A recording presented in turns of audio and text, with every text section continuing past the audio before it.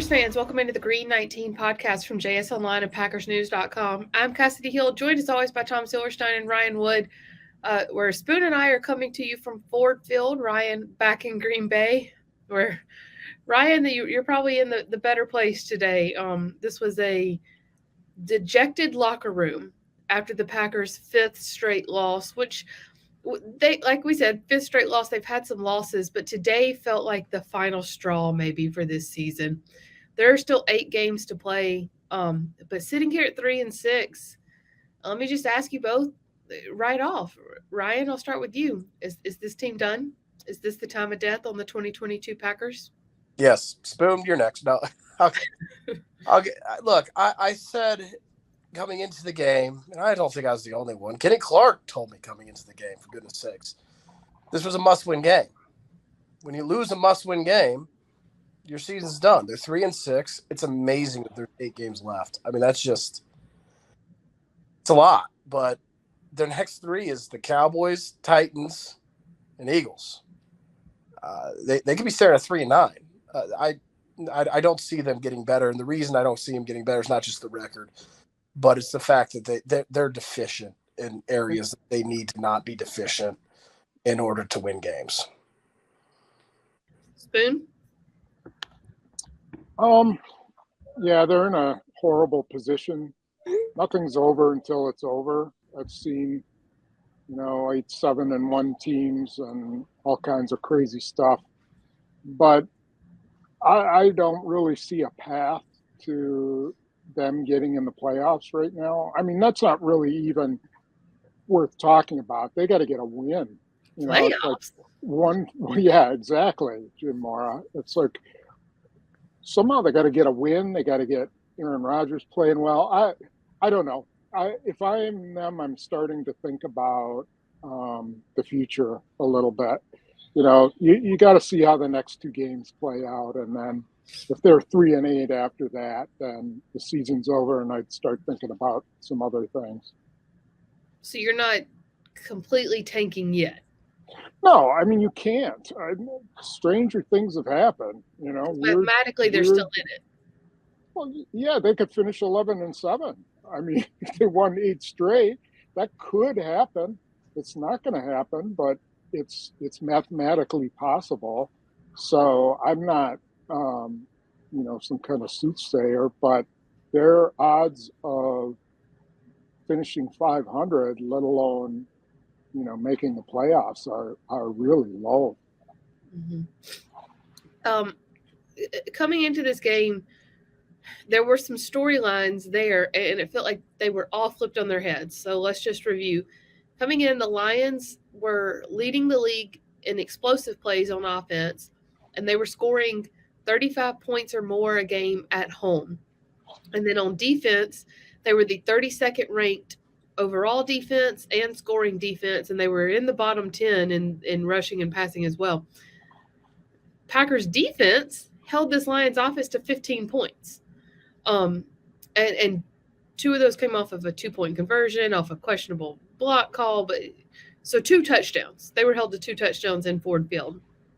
On offense, on Packers offense, though, they were able to move the ball between the 20s and then just completely went stagnant in the red zone. They went 0 for 4 in the red zone, 0 for 2 on goal to go. Aaron Rodgers threw 2 interceptions in the red zone and threw a third on the goal line, but he technically was from the 22-yard line. And so everything that we thought might happen in this game got flipped. So let's start with the defense, because the offense is going to take a while. So let's start with the defense. Ryan, this defense comes in, holds the Lions offense to 15 points. They lost Eric Stokes very early on, moved Rasul Douglas outside, brought Keyshawn Nixon into the slot, still played a handful of dime snaps with Rudy Ford on the field as well. But one of the touchdowns that was given up looked, at least to us, we would need to find out the exact play call, but looked like it was given up by Darnell Savage, which has been a point of contention with this defense. What are you focusing in on this defense, and does it feel like there's enough there, at least on that side of the ball, to continue to build off of? Well, everything to your points, Kassidy, this defensive performance was really, really good. It was one of, if not the best defensive performances they've had all year. You can't just look at it as, well, it's the Lions. The Lions been rolling up everybody on offense. I get that TJ Hawkinson wasn't on the field, but Brad Holmes said during the week, after the TJ Hawkinson trade, part of the reason he made the trade is he felt like this offense had enough firepower to be able to still score and maybe not win because the Lions defense, but score. This was when you hold this Lions offense that has averaged 5 touchdowns at home in 4 games at home coming in to 15 points, a season low almost by half. Their season low previously was 27 at home. When you do that against this Lions defense, this Packers defense is built to win games. That's what this Packers defense really did today, except the offense is moribund. It's just they're awful. So, yeah, I thought that there was a lot of good stuff. Now, going forward with all the injuries, Rashawn Gary, Eric Stokes, going forward, how's this defense going to look? I have no idea. But as for today, the Packers defense was really, really good against an offense that had been scoring. Yeah, Amon-Ra St. Brown, I'm looking at the book, was held to 4 receptions on 9 targets for 55 yards. So you break up 5 passes intended for Amon-Ra St. Brown. That's a pretty decent day for your secondary. Just a small point, some housekeeping notes. Spoon, I want to ask your opinion on this.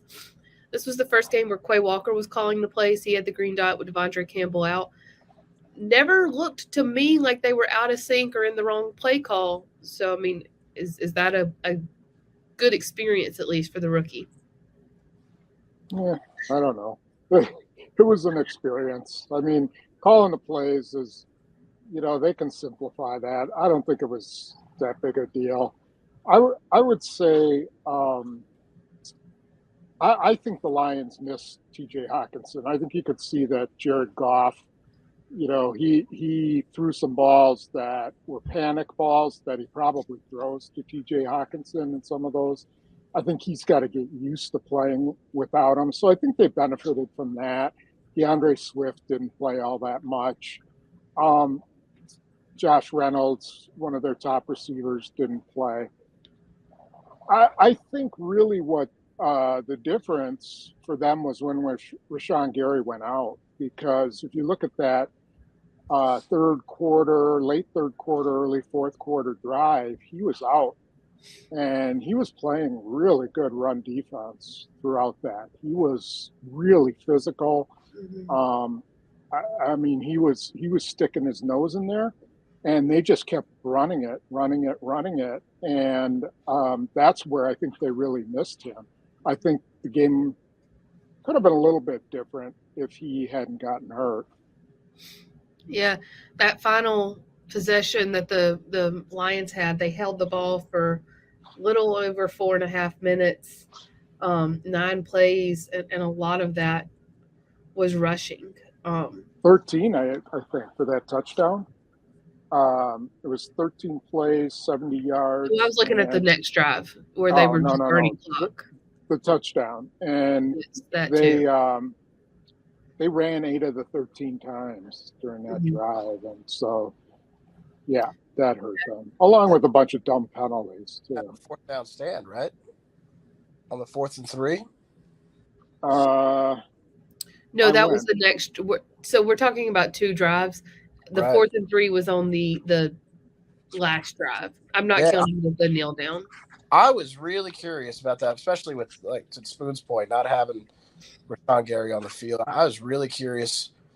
Game's on the line at that point. What are they going to do? They'd had a 4th down stop in the red zone earlier. I think that was in the first half. Jair Alexander, we've been talking about takeaways.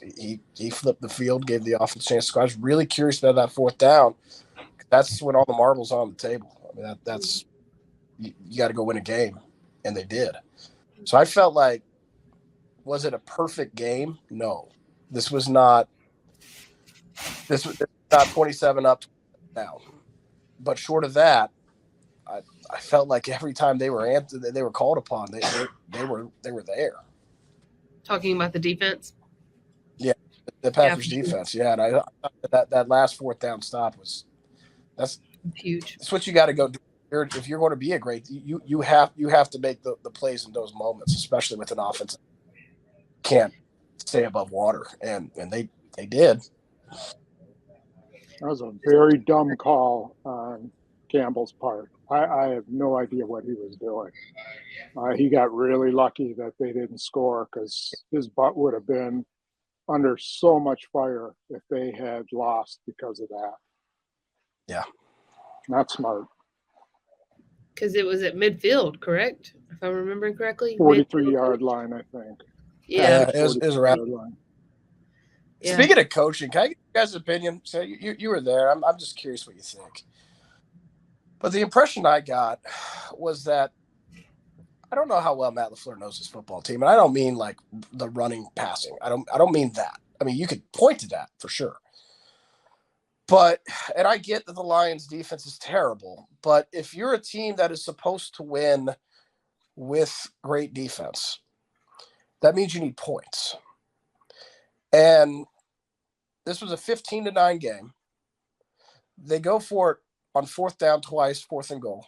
The first one from the 5, interception. The second one, maybe the most desperate play call of Matt LaFleur's career. I mean, that was purely desperate. You've got A.J. Dillon. You're on the 1-yard line. You're going to throw a roll out to the right, throw back to your left tackle. That just a desperate play call. That's 6 points right there. You take the point. That's 6 points right there.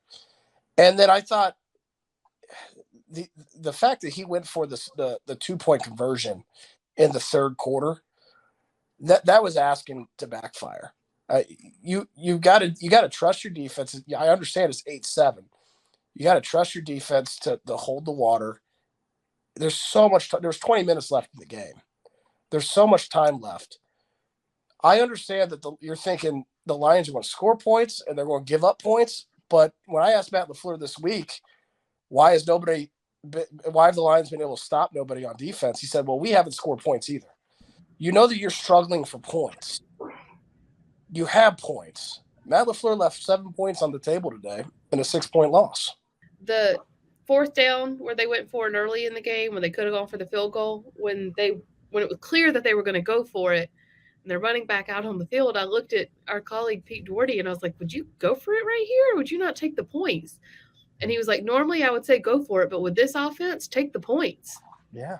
And especially that early in the game, that was a very interesting decision. I mean, Spoon did and then you're going to throw the ball to a guy who's had 4 knee surgeries, and you're going to expect him to get out into the open. I mean, who do you think about the David Bakhtiari of it all? I was just wondering why they weren't going for the field goal. But yeah, you're right. Like, why draw up that play?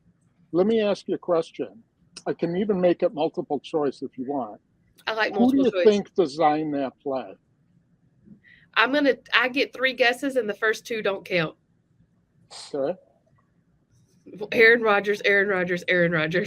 Of course. I mean, he came up with some. This is what the problem is, in my estimation. Now, Rodgers will come out and say, "Oh yeah, this was LaFleur's play" or something like that. But I think the problem is, and they've crossed, to use Mark Murphy's terminology back in the Favre years, they've crossed the Rubicon. Like, they can't, everything that, all the power Rodgers has, all the influence, everything, they can't take it back now. And now that he's playing like crap, it's like he can't back any of that stuff up. Before he could point at guys, he could rip the rookies and stuff like that, but you got to back it up on the field, in order to do that stuff.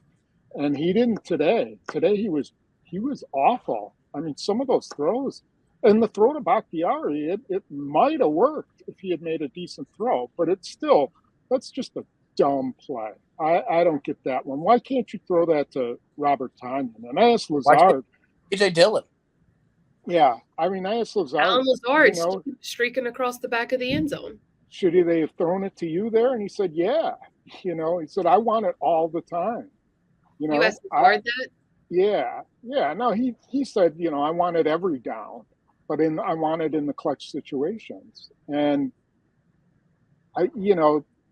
look at the Lions 4th and 1, where they had the tight end block and he leaks out and he's wide open in the corner of the end zone, and they can't do something like that. So I just think they are so screwed up.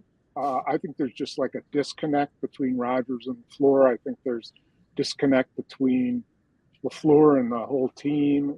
They're just a mess. There's two things there. There's the play call, and then there's the approach to not take the points and go for it. And to answer your question, Spoon, who called the play? Aaron Rodgers said after the game that he's going to have to live with that terrible throw the rest of his life because of his friendship with David Bakhtiari. Pretty clear he wanted to get his friend a touchdown against his terrible Lions defense.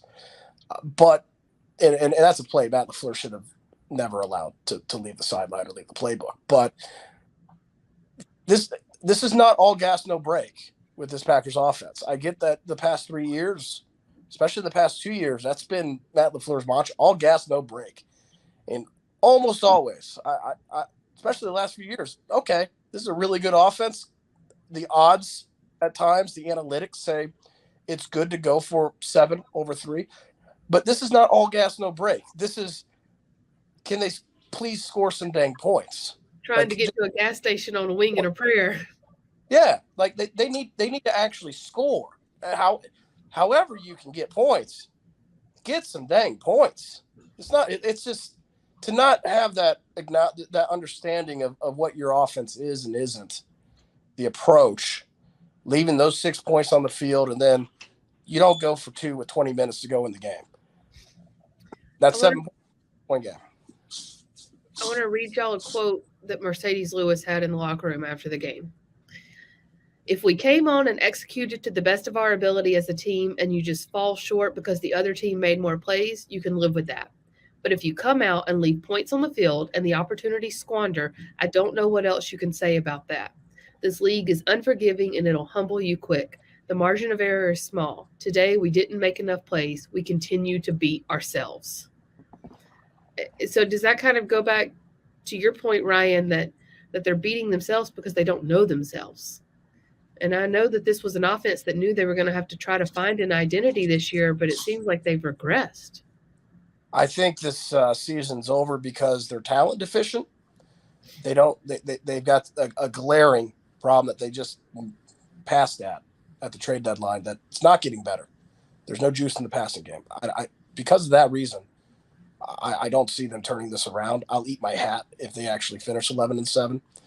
But as far as today, any of you think that this Packers team doesn't have more talent than this Lions team? Like, if you just line them up, this Packers team has got more talent. So, yeah, there's a lot. Aaron Rodgers has 3 picks for the first time since 2017. They leave 7 points off the board in a 6-point loss. There's losing to a better team, and this is not that. Mm-hmm. A couple of notes on the offense while we're kind of on this conversation. Romeo Doubs, who went out on the very first play, an 18-yard crosser, he had to be helped to the sidelines, and then he was carted off with his right foot up on a bag. Spoon, you saw him after the game, and you had an update there? Yeah, he was in a boot and he was on crutches. So what does that tell you? It's probably not very good. And, they got 2 games in 10 days. I think it's going to be hard pressed for any of those guys who got hurt, except maybe Aaron Jones, to make it back based on the severity of, what you saw coming out of the locker room. Rashawn Gary was on crutches. Aaron Jones was in a boot. Christian Watson, they can't put him back on the field next week. I mean, they might have to put him on IR just to, give him some time off. And Christian Watson probably won't even make the next 2 games because they've got that short turnaround with Tennessee. Yeah, I'm saying they might put him on IR. Mm-hmm. So they gotta figure out, what they're going to do there. Gary, I don't know, him being on crutches, they're just messed up. I actually thought coming into this game with Watson, Dobbs, and Lazard that they might actually do something on offense. And they started to.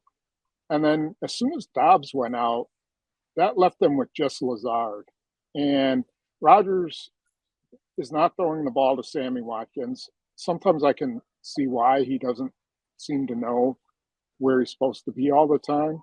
But it's like, I don't know why they have him on the field if Rodgers isn't going to throw him the ball.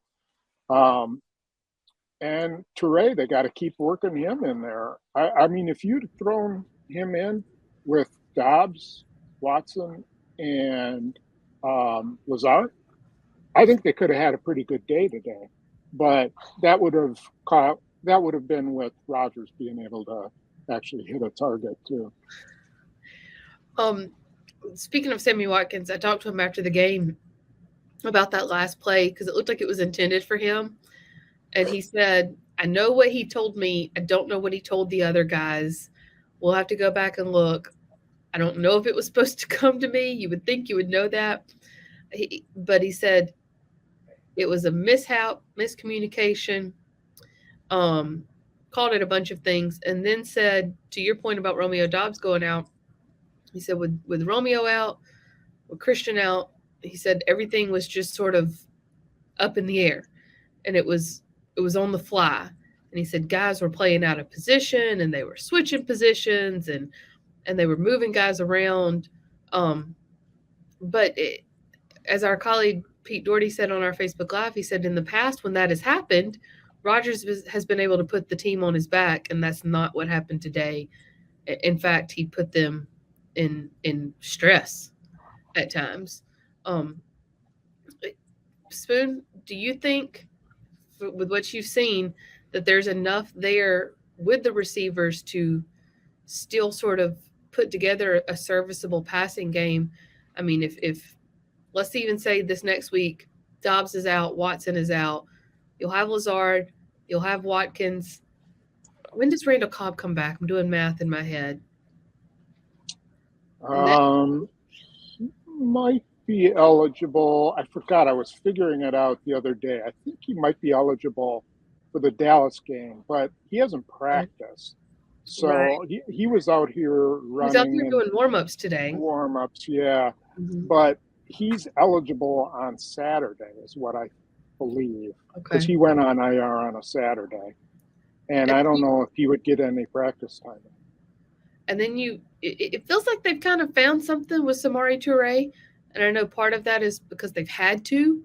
But he seems to have answered the bell again today. He was kind of there for Rodgers on a scramble drill. He's got to learn not to get back up and when to stay down. But it feels like that's a rookie mistake that can be fixed. Yeah, I just think losing Dobbs is critical. I don't see what they have. You know, Lazard, they can continue to target, but there's nothing else. There really is nothing else. Toure is an occasional target. Sammy Watkins is a non-factor. I don't know what they got. Let me put it this way. I thought it was critical before they lost Romeo Dobbs. I mean, before it was in a bad shape. Look, Aaron Rodgers, if you just take this season, he's clearly regressed. I don't know if it's permanent. I don't know if this is a slump and he'll turn it around, but less than a month before he turns 39, history would indicate it might be permanent. This might be the new Aaron Rodgers, which wouldn't make him the first 38-year-old quarterback in NFL history to regress at 38, right?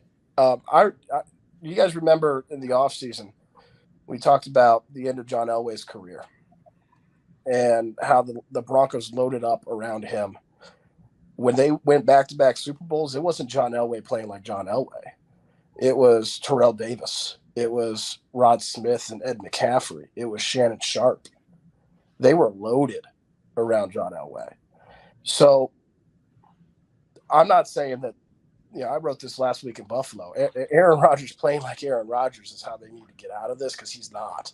It's a $50 million a year quarterback, if he plays like this, they're cooked. They can't have their $50 million quarterback playing like this.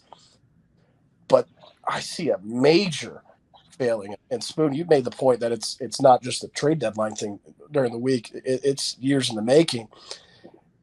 At this stage in Aaron Rodgers' career, they need to be loaded up around the quarterback position. When you look at what John Elway had at the end of his career, you look at what the Packers have. They've got a couple really good running backs. His tight end today is his preferred tight end. Josiah DeGuara. There's a couple passes to Josiah DeGuara. The receiver position. These are not Rod Smith, Ed McCaffrey, Shannon Sharp. The talent deficiency around Rodgers at a stage in his career where Father Time has taken over all-time great quarterbacks before. It's a great failing. So it's the quarterback, but it's also what's around. It's both. There was a moment today where, at least on Twitter, there were lots of questions as to why not just put Jordan Love in. And then, of course, Aaron Rodgers has that. It's a one-score game, and Aaron Rodgers has that throw to Alan Lazard that he made look a lot easier than it was. And you kind of go, oh, yeah, that's why he's Aaron Rodgers. But those moments were few and far between today. They've been few and far between the past few games. If they continue to lose a couple more games and mathematically are out of playoff contention, I know you're spending $150 million on this quarterback, but you also have a draft coming up in April that has a pretty decent quarterback class. Even if you're going to keep Rodgers for another year, do you go ahead and play Jordan Love to see what you have to know if you need to go after another quarterback in this upcoming class? Well, if you play just for Jordan life after Love, Aaron Rodgers. If you play Jordan Love, then the Aaron Rodgers era is over. He's not coming back. And you're going to either have to trade him or he'll force a trade. He's not going to suffer that indignity and then come back and say, okay, well, thanks for trying Jordan Love, but I'm happy to come back. That's not going to happen. So once you go to Jordan Love, Rodgers is done. I don't, Jordan Love is the guy they're putting their chips on, and they're probably not going to. I don't know where they're going to draft. I don't think anything happens like that until the final month of the season, when you're clearly out of it and you want to start looking. I mean, the Colts did it, benched Matt Ryan, but they really weren't going anywhere. And it's not like Matt Ryan was a back-to-back MVP, coming back off a back-to-back MVP seasons. I just think, you get to a certain point, if you're completely eliminated from the playoffs, then you just say, hey, we're going with the kid and, we're going to let you go or whatever. We'll trade you or something like that. Talking to the guys in the locker room today, Rasul Douglas, Kenny Clark, Aaron Jones, Sammy Watkins, they all kind of said the same thing, like, I just don't get it. In fact, I think Rasul Douglas and Sammy Watkins said those exact words, like, I just don't get it.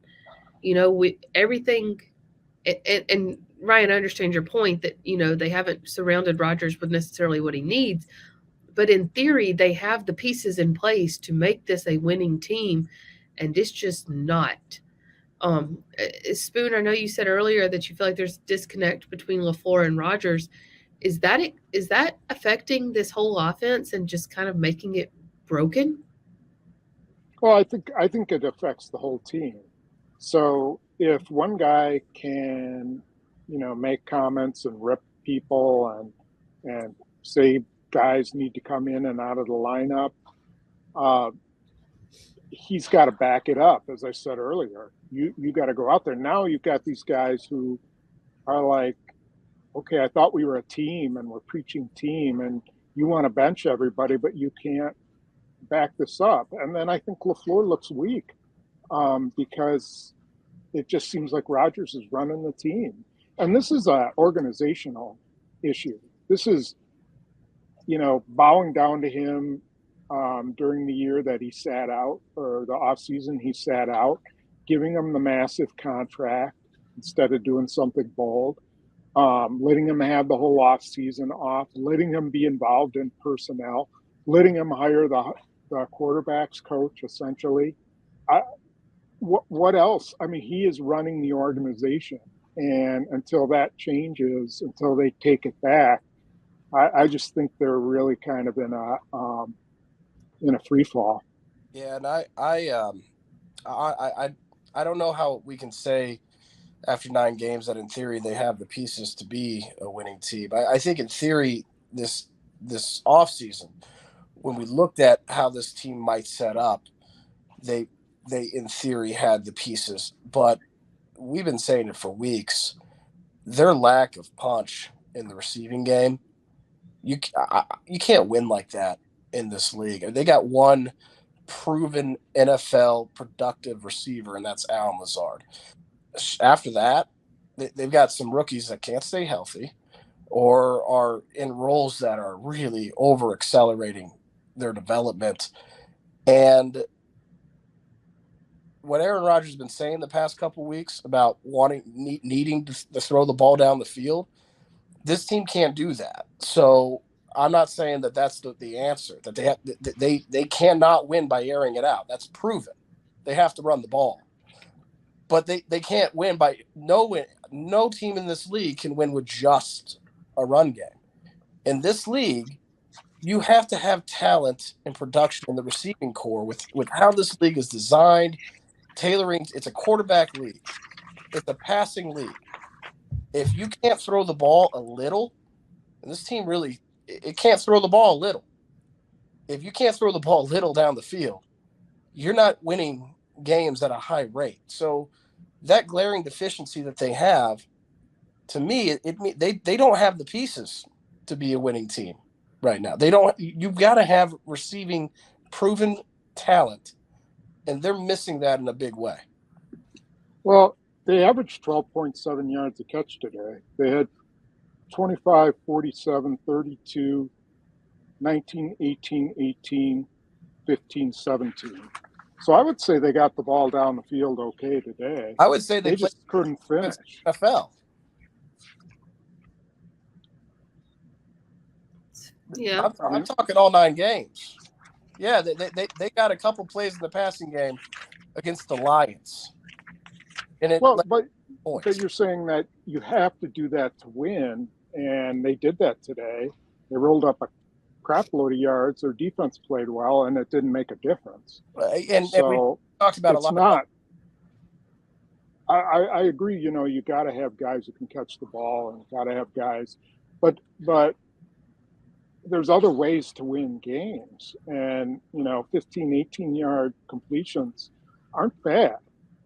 But you got to score. You get anywhere close, you got to score, and they couldn't do that today. And to me, that just kind of says where they're at. Well, that's the point to me. We talked about a whole lot of other reasons earlier why they didn't win today. To your point, they moved the ball very, very well between the 20s. They left 7 points on the field. They have there's reasons why they lost today. The fact that they were throwing the ball in the Lions doesn't mean that they can throw the ball. And a week ago, they ran it down the number one run defenses in the NFL's throat. Never had a chance to win that game. They didn't have any passes. I'm talking all 9 games. All 9 games, and maybe your recollection is better than me. But name for me a team that was a Super Bowl contender that couldn't throw the ball. I'm not talking one game against the worst defense in the NFL. I'm talking consistently could not throw the ball. This team hasn't been able to really get any juice in the passing game. What other teams win like that? I might argue. I guess I would think the 49ers were never really like a deep throwing team or a running play action kind of team. What game was it when Jimmy Garoppolo threw 8 passes? 2019. Yeah. Game, we'll never forget it, and the reason we'll never forget it is because it's a blue herring. That just it almost never happens. It's almost a fluke. I'm just saying that there was a recipe here somewhere with how to win, how to at least be a winning team this year and at least compete for the NFC North. And they had the talent to do it, and they just lost whatever it was that they had, and to me, it's just it's a symptom of not knowing who they want to be, what they want to be, push and pull between the coach and the quarterback. Mhm. I think it's a lot of those things. I have one final question on this before we say goodbye, and it kind of sums up all of that. We talked about the pieces not being the right pieces around Rodgers and the disconnect between him and LaFleur. Does it feel to you guys like the playbook that LaFleur was hired to run has been thrown completely out the window, and it feels like they draft to run LaFleur's playbook? They draft Christian Watson, they draft Romeo Dobbs, they draft, they want to use Tunyon and DeGuara, and there's, I'm trying to think, was there a handful of plays with motion today? I could think of like maybe 3. Yeah, that's another thing that Rodgers has decided he doesn't want, and playing in the shotgun. Right. They run everything out of shotgun now. That wasn't LaFleur's deal. So yeah, there's just a lot of things they've given in to Rodgers. And again, as long as he's playing up to that level, but once he can't, what are you doing? Mm-hmm. To your point, Kassidy, I thought, for a few weeks now, Aaron Rodgers has been talking about how he wanted to get into play extensions, maybe make more plays with his legs. And I thought about that today. The offense got off script more today than it has, I think, all season. Mm-hmm.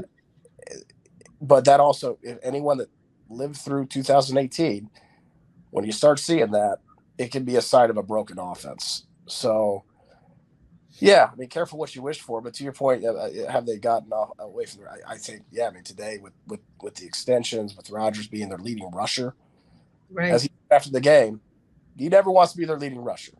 Aaron Rodgers, leading rusher, you're not running your offense. No, although I will say 20 yards of that 40 was off a play where everyone in the building thought he threw it. And he picked up 20 yards. I was impressed he still had that in him. But yeah, there were lots of boots, and he had time. He had the offensive line gave him time, and he was leaving the pocket, sometimes even before it collapsed. And he missed, guys. He missed.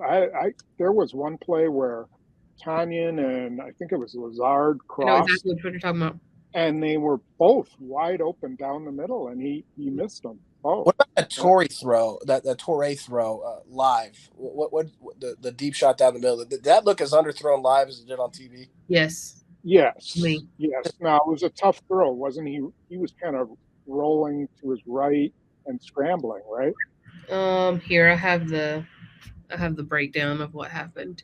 It was into double coverage, but it was if that ball is 2-3 yards farther up the field, Torrey walks into the end zone. Yeah.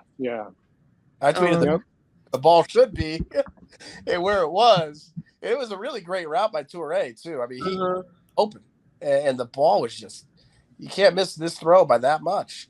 There was another one in the end zone. I don't have him. I didn't write down that Rodgers moved. He could have come out of the pocket. I just have that he moved Lazard farther left. Yes. Okay. I remember this play. Right before the snap, he moved Lazard farther out. And I remember because Lazard looked back at him and threw his hands up and was doing this. It was like he was saying, what do you want me to do? That probably didn't make any difference in the play, but it's kind of a good snapshot of what this offense is, where your wide receiver 1 is asking the quarterback, what do you want me to do? On a 3rd and 11. But yeah, he went deep down the seam for Torrey and was just a little short. So I don't remember what Rodgers did on the play though, as far as out of the pocket. I think he could have hit the one to Amari Rodgers, the final third down. A guy kind of reached in over Amari Rodgers, but if he'd have let him and put it on his hands, I think he could have. He might have gotten that. There were a couple plays like that. He had that one with Samori Toure, and he just put it down in the dirt with no. He's right there. Samori Torrey's standing right there, and the ball's down at his toes. So either that thumb's really bothering him, or this is the decay of a old quarterback.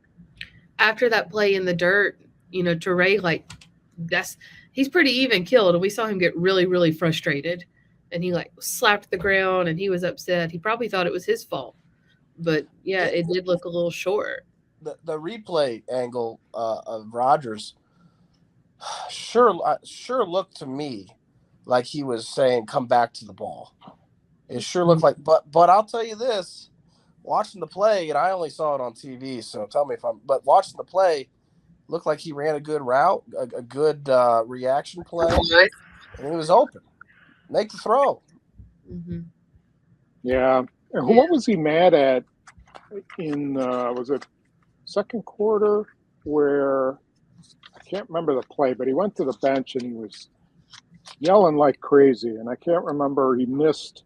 Oh, that was is that when he slammed the phone down? I think so. That was after the pick, I think, that he slammed the phone. Yeah. The very first pick. Oh, that's right. The one he bounced off the guy's helmet. No, I think the phone was after the Bakhtiari pick. Oh, I think he got mad about the one on the helmet too. Yeah. Oh yeah. Cameras picked him up, and he was gesturing. Yes. Yeah. But I mean, that was his fault. There's a good way to avoid that. It's called kicking the field goal from the 5-yard line. Well, lots of questionable decisions across the board. We will talk to Matt LaFleur on Monday afternoon to get a little bit more insight into them, as well as possibly an update on just a litany of crucial and bad injuries. I mean, let's see. Today, on Sunday, they lost a starting wide receiver, a starting corner. It looked like they lost a starting offensive lineman for a little bit, but John Runyon came back in. Starting running back, starting defensive end. Am I missing any? Oh, God. Two backups, Chris Barnes and Christian Watson. Yep. So you passed up the biggest thing tomorrow, which I can't wait to tune in. We're getting Mike McCarthy on a conference call tomorrow. Yep. I can't wait to ask him about the Packers. That should be really interesting. Satisfying does this have to be? I don't know. I doubt he'll say it. But no, he'll take the high road. How much does Mike McCarthy have to savor this right now? Yeah. I mean, my goodness. Man. And y'all have compared this. I've heard y'all compare this to 2018 a couple of times. I mean, could it be fair to ask him, do you see similarities from 2018 when you watched the Packers? Oh, yeah. Absolutely. Oh, yeah. But he is not going to rip Aaron Rodgers. He will not. He didn't do it at the end. He was always careful not to put any blame on Aaron Rodgers. He ate that. And I don't know what, he's got to be happy. And he probably is going to shake Mark Murphy's hand with the biggest smile on his face that you've ever seen. Especially if they win. It's amazing how quickly things change, because the last 2 years, this matchup would have been like Mike McCarthy's living personification of hell. Mm-hmm. This has just been miserable. And now it's completely flipped. Mm-hmm. This is the Mike McCarthy joyride down Mike McCarthy way into Lambeau Field. It's just 180. This is Brett Favre coming back in 2009 and just kicking the crap out of the Packers. Mm-hmm. Yeah. Like you said, how quickly things change. And I guess they could still change again. Something tells me the Packers have had this Cowboys game circled on their calendar. Big deal. Circled for what? For let me rephrase it. Aaron deer hunting season or something, or what? I think that's the week after. Circle. No way. That's the week after the Cowboys game. They had this game, the Lions game, circled because they thought it was actually a game they could win. Right. What Aaron Rodgers say? We can't lose a game to that team. Yeah, Just did. they thought, they knew they had to win. Final thing. This is your final 60 seconds, but I'm going to tell you what to use it on. Okay. Mm-hmm. Aaron Rodgers is a 4-time MVP, a back-to-back MVP, has proven time and again before this year that he could put a team on his back if needed to. He's also 38 years old, and he threw 3 interceptions today. Spoon, I'll start with you. How long do you give him the benefit of the doubt? Well, what are we talking about? Like when we're getting rid of him, when we're benching him? What are we Let's just asking start with here? benching. Benching, well, just like I said, I think you look at the last month of the season and see where you're at. I think this is his last year with the Packers, unless there's some sort of miracle. I think they got to get out of that contract, and there'll be some team that'll trade for him. I mean, Detroit would trade for him. You know, they probably wouldn't mind 1 year of Rodgers as a go-between between Jared Goff and whoever their young quarterback's going to be. 49ers. Yeah, maybe 49ers. Yeah, Kyle Shanahan's probably like, You know what they should do is they should trade straight up Rodgers for Garoppolo, because Garoppolo could run the offense that LaFleur wants to run. Probably. But, you know, Jordan loves their quarterback next year, in my opinion. Okay. Ryan? They How long do you get your benefit of the doubt? They can't make the change until they're mathematically eliminated. I think at that point, all bets are off. And I think at that point, very well might come sooner than later. So, but before then, it's Aaron Rodgers. As far as the benefit of the doubt of whether or not this is father time or this is a slump, I guess for me, it's next year to see a situation. This is a bad situation for a quarterback when it comes to what he's throwing to. I've got to see him with a different different scenery around him to really for me to know whether or not this is 38, almost 39, and you're on the downslide, or if this is more to do with what's around him. I just don't know. That's fair. Well, they got a big one on Sunday. I think Trayvon Diggs and Michael Parsons are looking forward to this after watching this offensive performance today. I actually think that this Packers defense will make it a good game against Elliott and Prescott, but, you know, what's it going to look like on the other side of the ball? And Rashawn Gary could be a big factor in what that defense performance looks like as well. Like I said, Matt LaFleur will meet with us on Monday afternoon, as will Mike McCarthy, apparently. So we'll have full coverage for you of that. Will both of you be on the McCarthy call? Oh, yeah. I'll try. I haven't seen what time it is, but I don't think I'm in transit then. Well, that'll be interesting. We will have full coverage for you of that on PackersNews.com, and then stay tuned as we continue to wrap up the Packers' loss to the Lions, their 5th straight, dropping to 3-6 overall on the season. Guys, thank you as always. This has been the Green 19 podcast from JS Online and PackersNews.com.